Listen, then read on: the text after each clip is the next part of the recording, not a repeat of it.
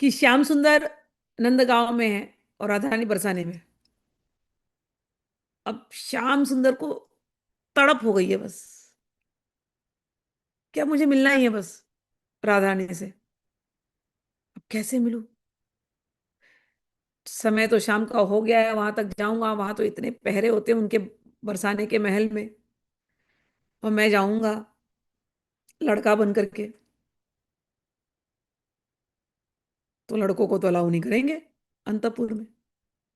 क्या करूं? किसको पकड़ूं? कोई तो तरीका होगा।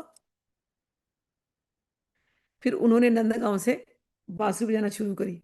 अपने अटल्ले पे गए, अपने छत पे बांसुरी बजाना शुरू करी। अब बांसुरी की धुन चलती गई, चलती गई, चलती गई। और शुक सारिका तो है ही, वो देख लेते हैं श्याम सुंदर छत पर इतनी रात को आकर के बांसुरी बजा रहे, तड़प रहे हैं। अब ये शुक सारिका भी पहुंच गए, जाकर के सीधे बसाना पहुंचे। और जाकर के राधा रानी के खिड़की में बैठ करके चोई चोई चोई बता रहे, उनकी उनकी अपनी तरीके बताने के कि श्याम सुंदर वहां तड़प रहे तुम्हारे लिए। अब राधा रानी सोच रही है श्याम सुंदर तड़प रहे, मैं कैसे जाऊं रात के समय पर? घर से निकलूंगी तो पूछेंगे ना लोग, कहाँ जा रही हो राधे? क्या करूं? अब राधा रानी का मुंह तो लटक गया। अब वहां सखी बैठी थी। सखी ने पूछा क्या हो गया राधे? अब ललिता सखी तो पहचान गई, आवाज सुनाई दे गई। शुक सारिका को देख लिया कि मिलने की तड़प है यहाँ पर। अब ये तो वहां जा नहीं सकती, पकड़ी जाएंगी। तो क्या करा जाए? श्याम सुंदर को ले आते हैं। और ललिता सखी गई वहां, और श्याम सुंदर को बिल्कुल एकदम ऐसे सखी का वेश बना करके, एकदम लड़की का वेश बना करके, छुपते छुपाते महल के अंदर लेकर के जा करके, ला करके इन दोनों को मिला दिया। अब जब राधा और कृष्ण उस समय पर ऐसे आए थे और ऐसे छुप छुप कर बार बार मिलना पड़ रहा था, बार बार जब देखो जब श्री कृष्ण सखी का वेश ले लेते थे कि सखी का वेश लूंगा तो मैं इनके साथ कभी भी कहीं भी घूम सकता हूं, कहीं भी मिल सकता हूं। इसलिए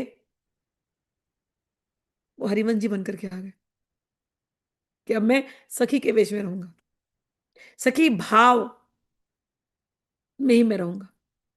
जैसे चैतन्य महाप्रभु राधा भाव में थे, ऐसे श्री हरिवंश सखी भाव में।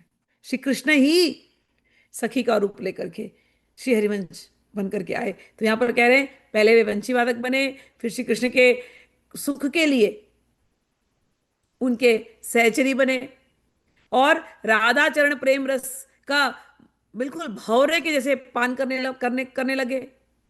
और कहते हैं कि फिर समास्वादे राधा मृतनिधमपि ग्रंथं करो दयालुर्दीनाना सहित हरिवंशो विजयते।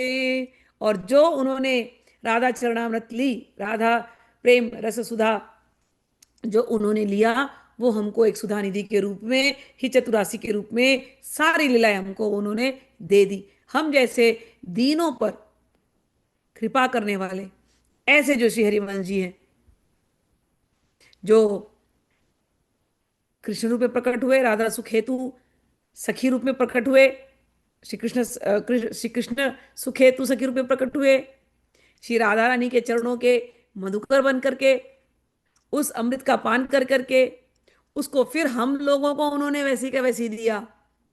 ऐसे जो श्री हरिवंश जी हैं, करुणामय हरिवंश जी, इनकी सदा ही विजय हो।